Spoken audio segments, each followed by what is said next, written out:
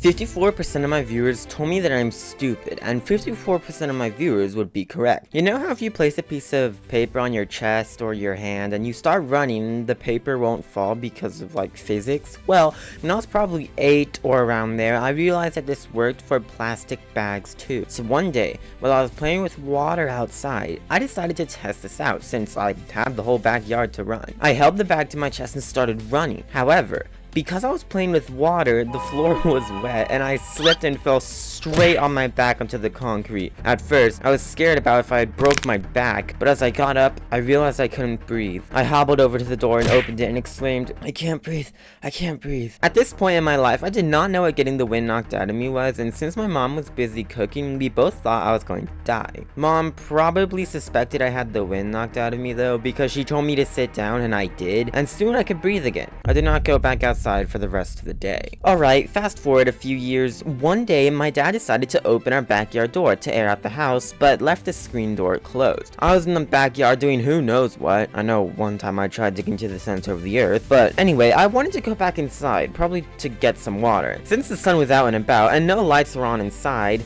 looked much darker than outside. Now, when I was walking inside, get this, I literally walked straight into the screen door. This time I didn't fall on my back, I just stumbled backwards and hurt my face running into a screen. Luckily, I didn't break the screen door and I continued my day as if nothing had happened. Now, buckle up. This next story happened much more recently than the first two.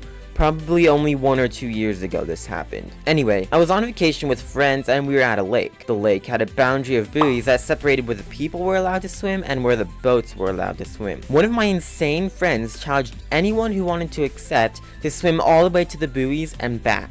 I knew I wasn't very good at swimming, but I didn't want to be left out, so I accepted the challenge anyway. Luckily, one of the guys was on a paddleboard with life vests. If any of us couldn't make it, his job was to make sure we didn't die. We all started swimming, and I soon realized I wouldn't make it. I grabbed onto the paddleboard, but my friend on it said I was slowing him down, which I was. He made me let go, but we were still very far from the shore. As I floated there, I panicked. "Throw me a life vest!" He threw one in my direction, but he was already pretty far from me, so I had to swim to get to the vest. I noticed the vest was very small, and I definitely couldn't wear it if I wanted to. I hoped that I wouldn't drown that day and grabbed the vest. Unfortunately, the vest was too small and I sank to the bottom of the lake and died. Wait, that can't be right. Oh, I remember now. I grabbed at the tiny vest and surprisingly it had just enough buoyancy to keep me above the water. I turned around and started swimming back to shore. Then I saw my brother, whom I call Exhibit A. He was floating in the water and said his legs were getting weak. It didn't look good. I don't remember why he didn't start swimming, but I think he was too weak, or maybe he was waiting for someone to come save him. I know FIFA's over, but after further review, Exhibit A was not just floating there, he was in fact swimming back to shore. I doubted my memory, so I went and asked him what really happened. Although he said he was swimming back, I don't believe him. Anyway, an adult on a paddleboard came and rescued him, and both he and I made it back to the shore alive. Needless to say, our mom was not happy with the fact that we both almost drowned trying to do a silly challenge. Even though we failed, one of our friends actually swam to the buoys and back, which is honestly really impressive. Now before I go, here's some more stupid things I've done. I ate Exhibit A's cooking, entered a closed area on a cruise ship, tried U-turning on a bike without using hands, ate candy in Mexico, consumed various vegetables, became a Jurassic Park fan, wanted a silver play button. Wait, I still don't have one of those. Subscribe to me, get one. Continue hearing about my silly little stories here. It could be about Disneyland, it could be about camping, maybe typing. Either way, it'll be fun. See you there, and subscribe to join me for Operation 1 Million Overnight.